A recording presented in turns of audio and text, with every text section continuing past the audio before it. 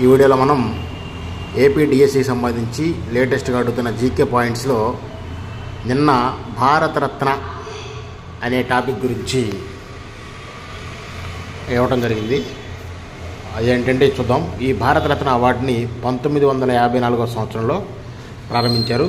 ఈ భారతరత్న అవార్డు పొందిన వ్యక్తి సమాజంలో 7వ అత్యున్నత హోదాగా పరిగణిస్తారు దీన్ని.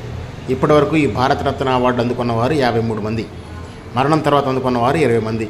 అవార్డు అందుకున్న మొత్తం మహిళలు 5గురు మహిళలు ఎవరంటే ఇందిరాగాంధీ 1971, మదర్ తెరిసా 1980, అరుణ ఆసఫ్ అలీ 1997, ఎంఎస్ సుబ్బలక్ష్మి 1998, లతా మంగేష్కర్ 2001. మొదటగా ఈ అవార్డు అందుకున్న వారు ఎవరంటే 1954లో స్టార్ట్ చేశారు కదా, అప్పుడు చక్రవర్తుల రాజగోపాలాచారి, సర్ సివి రామన్, సర్వేపల్లి రాధాకృష్ణన్. చక్రవర్తుల రాజగోపాలాచారి గారి మీద ఈ బిట్టు మన ఎస్జిటి 13th ఆఫ్టర్నూన్ షిఫ్ట్న ఇవ్వడం జరిగింది.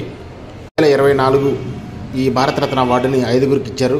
ఒకళ్ళు Karpoori Thakur, Chaudhary Charan Singh, L K Advani, P V Narasimha Rao, M S Swaminathan. వీళ్ళల్లో ఎల్కే అద్వానీ తప్ప మిగిలిన వాళ్ళందరూ మరణానంతరం పొందుకున్న వాళ్ళే.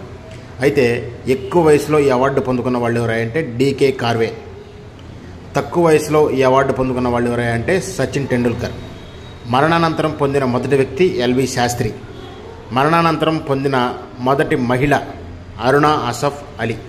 ఈ భారతరత్న అవార్డుని పొందుకున్న విదేశీయులు 2, ఖాన్ అబ్దుల్ గఫార్ ఖాన్, నెల్సన్ మండేలా. ఖాన్ అబ్దుల్ గఫార్ ఖాన్కి 1987లో ఇచ్చారు, నెల్సన్ మండేలాకి 1990లో ఇచ్చారు.